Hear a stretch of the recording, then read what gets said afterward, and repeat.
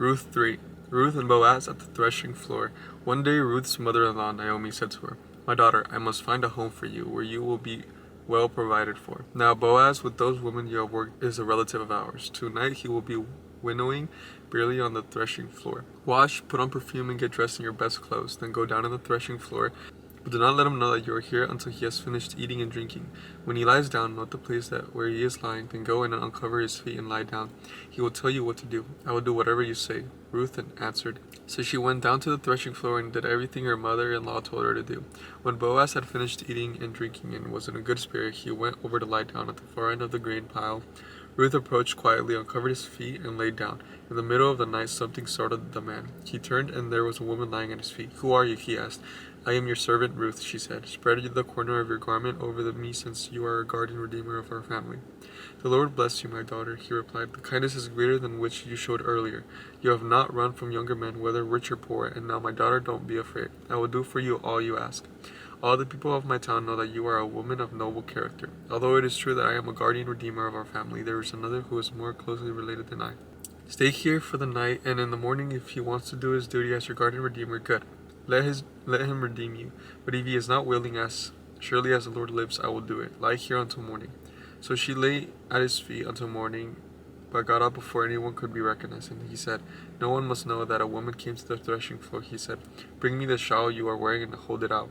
When she did so, he poured it into 6 measures of the barley and placed the bundle on her. Then he went back down to town. When Ruth came to her mother-in-law, Naomi asked, "How did it go, my daughter?" She told her everything Boaz had done for her, and added, "He gave me these 6 measures of barley, saying, 'Don't go back to your mother-in-law empty-handed.'"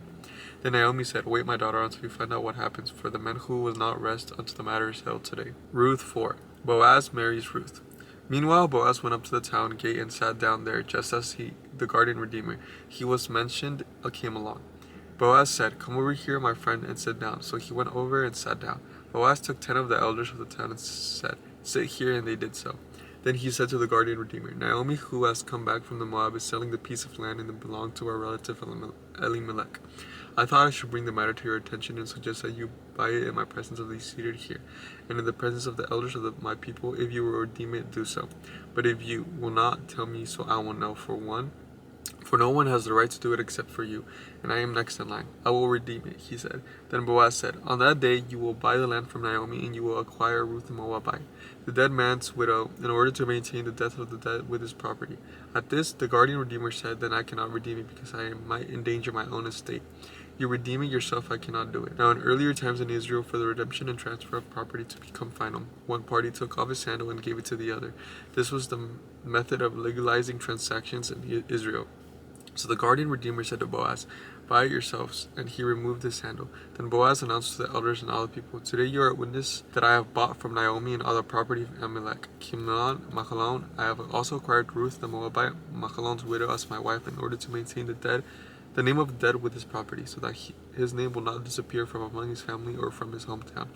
Today you are witnesses." Then the elders of the people at the gate said, "We are witnesses. May the Lord make the woman who is coming into your home like Rachel and Leah, who together built up the family of Israel. May you have standing in Ephrath and be famous in Bethlehem. Through the offspring the Lord gives you by this young woman, may your family be like the Perez whom Tamar bore to Judah." Naomi gains a son. So Boaz took Ruth, and she became his wife. When he made love to her, the Lord enabled her to conceive, and she gave birth to a son.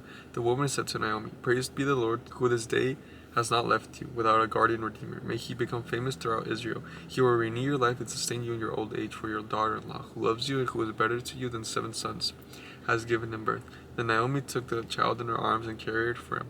The women living there said, "Naomi has a son," they said. "He was the father of Jesse, the father of David." The genealogy of David. Then this is the family line of Perez. Perez was the father of Hezron. Hezron was the father of Ram. Ram was the father of Amminadab. Amminadab was the father of Nahshon. Nahshon was the father of Salmon. Salmon was the father of Boaz. Boaz was the father of Obed.